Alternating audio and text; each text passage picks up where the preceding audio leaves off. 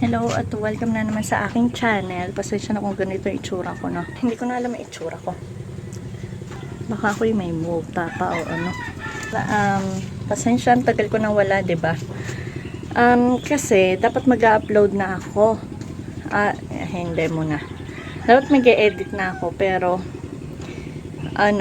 sumakit yung ulo ko dahil sa salamin, kaya mamaya magpapapalit ako ng grado kasi tumaas na naman yung grado ko dahil sumakit yung ulo bigla. Bali yun na nga. Nagtanim ako ng sunflower at ng marigold at i-upload ko yun baka 2 or 3 months pa para sa full kung may tumubo man o wala. At ipapakita ko pala sa inyo yung mga halaman ko. Pasensya na sa itsura ko, ha. Wala pa akong hilamos, dahil hindi uso sa akin yun, no. Pasensya na sa itsura ko. Ang una kong papakita sa inyo ay ang aking kamatis. Ito ay 2 weeks. 2 weeks na ata to. 2 weeks old na siya. At ayan, hindi ko pa siya nalilipat dahil kalalaki niya lang ng ganito. Pero baka ilipat ko na to. Kasi ang laki na niya. Ito na, yung patatas. Nakahapon ko lang binabad. Kaya hindi ko alam kung tutubo yan. Ito yung sunflower. Na hintayin nyo yung update 2 to 3 months. At marigold kung tutubo siya. Ito yung siling labuyo ko na 3 weeks na ata. At maliit pa rin siya. Ang papaya na naubos na. Dati madami yan eh. Kaso, ayan, nabali siya, tapos namatay. At ito na lang natira. Ito, siling pamaksyo. Mas nauna kong itinanim to kaysa dito, pero mukhang mas malaki pa siya. Pero sabi, malaki daw talaga yung nito, dahon. Kaya hindi ko alam. At ayun. At meron pa akong tanim. Hindi pa natatapos. Nga pala. Patuturukan namin si Maki na anti-rabies mamaya. At kaya siya nakakulong dahil makulit yan, no? Tumatalon yan dito kahit matataas. Tinatalon niya at naninira ng mga halaman, naninira ng gamit, kaya nakakulong yan. At si Blacky naman, baka kasi makalabas siya. Mahirap to nakakalabas. Baka magpatay ng manok. At mayroon siyang sa tenga niya namamagay yung tenga niya. Si Yuki. Yuki. Yuki. Sana. Yuki. Ta? Halabas? Tingnan mo. Yan siya. Papakita ko na sa inyo ang halaman ko. Ayan, yung manok na sinasabi ko. Diba? Tinahulan niya agad. Kapag nakita siya ng manok, kinakain niya. Meron na siyang nakain dati na manok ng kapitbahay. At, hindi naman pumunta dito yung kapitbahay, pero baka nainis yun dahil wala isa nilang manok. At ito nga kasi yung manok nila, pakalat-kalat at umaambon na. Nga pala, ito itanim ko din. Ang kamyas. Umaambon na. Nakakasura. Meron akong out of topic na naman. Meron akong pinapatuyo na banana peel. May pinapatuyo yung banana peel. Kasi ginawa ko siyang fertilizer. Tapos yung balat niya ay pinapatuyo ko. Tapos ilalagay sa lupa. Pa-fertilizer din yon. At umaambon na. At hindi ko na naman nabilad kasi nga umaambon na. Nga pala. Papakita ko na sa inyo nga yung mga halaman ko na tinanim. Ito ay binili siya ni Tita Tess pero ako nagtanim. Ito yung kamyas na siguro ilang buwan na ba to? Hindi ko alam kung ilang buwan na yan pero mapayat pa rin siya at lumalaki pa rin pero mukhang matagal talagang tumubo. At ito may tinanim ako ditong tanglad. Ito siya. Tinanim ko din yan. At ayun na nga, tinanim ko din yan, pero nagtanim uli ako dito para lumaki siya, alam niyo yun. Malamang. Para lang ano sila, para basta equal yung itsura niya. Basta ganun. Ito na nga. Ito yung nilipat kong kamatis. Kala ko mamatay sila. Ito. Yan. At saka to. Tapos dito, 1, 2, 3, 4, 5, 6, 7, 8, 9, 12. 12 ang tinanim ko dito. Yan. Kakasura yung nag-stop yung recording. Pero yun nga, 12 na kamatis. Hindi ko lang kung tutubo.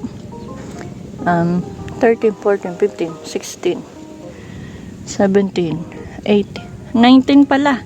Dalawa kasi yun. Nung una, nalalanta yung iba dyan. Kasi, maliliit pa o dapat hindi pa yung nililipat. Pero, trinay ko lang. Siguro yung pinakita ko sa inyo kanina, hindi ko alam kung kailan ko ililipat. Titingnan ko sa kalendaryo kung nakailang weeks na siya. Siguro pag 3 weeks na siya, or 4 weeks. Ganun. Ayun. Daldal ko meron din akong tanim na ayun ako, hindi na tumubo yung sibuyas na itinanim ko dito dahil yun nga yung sinasabi ko sa inyo kanina na nabubulok siya. Trinay ko itanim kasi may ugat, pero parang hindi siya tumutubo. Kaya uli ako.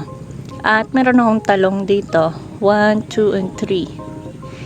Lalaki ng dahon niya nilagyan ko kasi siya ng eggshells. Tas yung banana peel fertilizer nga na sinabi ko sa inyo kanina, hindi ko lang, ang tagal na niya nakatanim, pero hindi ko kasi naalagaan noon, kaya matagal siyang mamuhay. Namatay na nga yung iba niyan 5 yan, tas 3 na lang natira. Nawala na nga din yung mga sili na tinanim ko dati, paano hindi ko inaalagaan.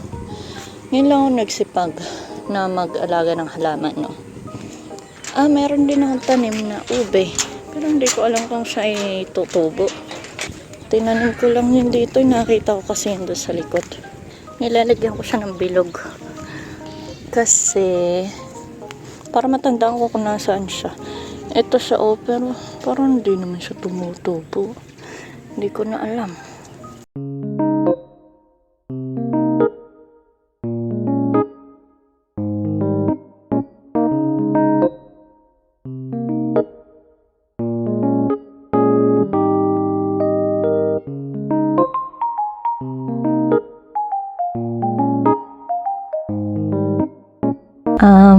Ayan, hindi na ako nakapag-video nung nasa vet kami dahil ang bigat ni Maki. Buhat-buhat ko siya at iniwan ko kasi yung cellphone ko sa sasakyan dahil nasa tripod. Tapos, ayun, tinurukan lang sila at ginupitan siya ng kuko tsaka nilinisan ng tenga. May libre.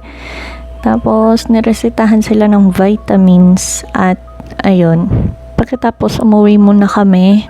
Tapos, kumain. Tapos, bumalik na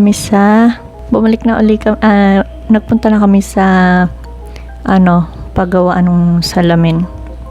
Hindi na rin ako nakapag-video. Ito lang mga video ko. Konti lang pasilip dahil ako'y nahihiya nga mag-video. At, ayun, madaming tao, nagulat ako.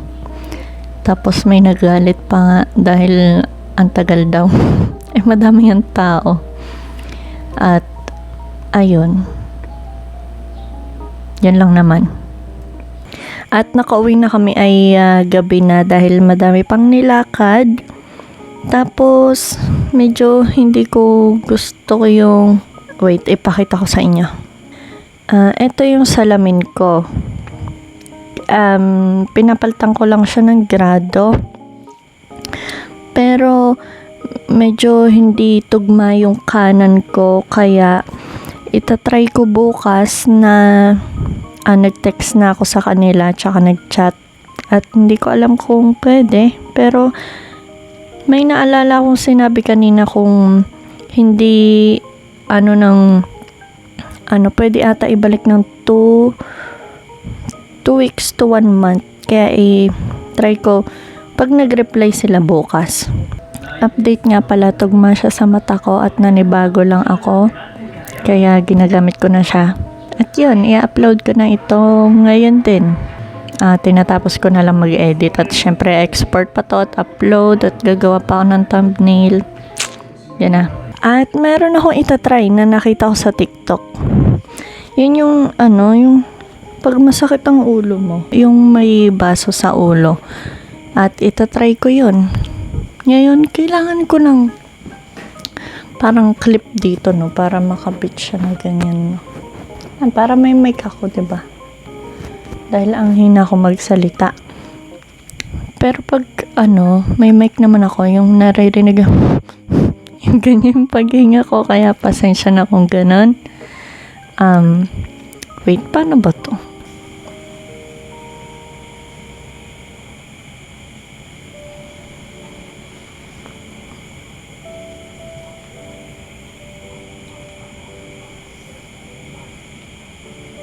Hindi ko makita. Parang bumubula nga. Baka tumutulo lang yun, kaya bumubula. Hindi ko alam kung effective to. Tumutulo lang ata, kaya bumubula. Wow. Wait. Mabasa lang pala yung buhok mo dito. Ay, hindi ko napanood yung buong video nito, kaya hindi ko alam. Basta, ang nakita ko lang sa TikTok, pag sumasakit ang ulo mo, magganito ka. Pero hindi ko alam kung ano mangyayari. I-search ko nga ulit ito dahil parang wala namang nangyayari. Nababasa lang yung buhok ko. O dahil hindi ko nararamdaman dahil hindi naman ganun kasat ang ulo ko. Nabasa lang yung tuwalya. Nabasa lang yung tuwalya ko. Nabasa lang yung tuwalya at parang medyo masakit pa rin ang ulo ko. Isa-search ko na lang muna, baka mali yung aking ginagawa. Pasensya na nga pala sa itsura ko, ha. Yun lang po para sa video na to. Hanggang sa muli. Bye!